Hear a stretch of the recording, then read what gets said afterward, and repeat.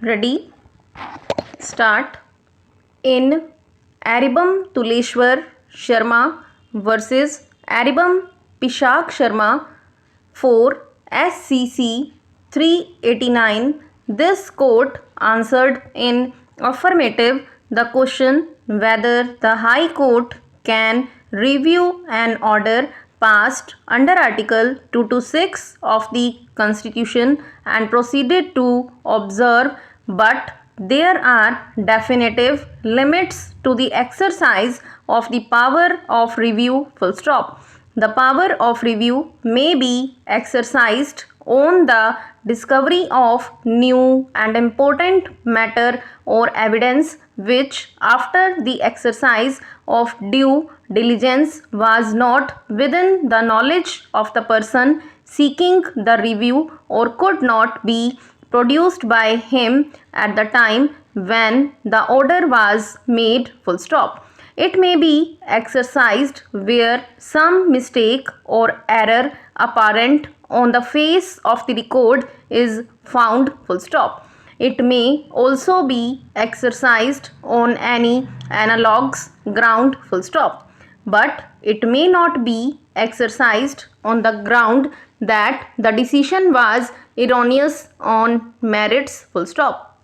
That would be the province of a court of appeal. Full stop. A power of review is not to be confused with appellate powers, which may enable an appellate court to correct all manner of errors committed by the subordinate court. Full stop. Emphasis supplied under Order 47, Rule 1, CPC. A judgment may be open to review inter alia if there is a mistake or an error apparent on the face of the record. Full stop. An error which is not self-evident and has to be detected by a process of reasoning can hardly be said to be an error apparent on the face of the record, justifying the court to exercise its power of review under Order 47, Rule 1, CPC. Full stop. In exercise of the jurisdiction under Order 47, Rule 1, CPC, it is not permissible for an erroneous decision to be reheard and corrected. Full stop. A review petition, it must be remembered, has a limited purpose and cannot be allowed to be an appeal in disguise. Full stop. In view of the aforesaid facts, reasons, and judicial pronouncements, we see no reason to entertain this review petition, as there is no error, much less an error apparent on the face of the record in our order dated 29th July 2020 in writ petition number 4695 of 2020. Full stop. The review petition is accordingly dismissed. Full stop.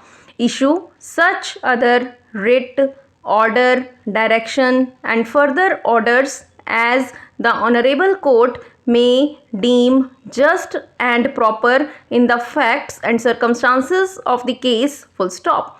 Having heard the learned counsel for both sides and looking to the facts and circumstances of the case, it appears that the petitioner is an importer of satellite viewing cards and other parts of set up boxes. Full stop.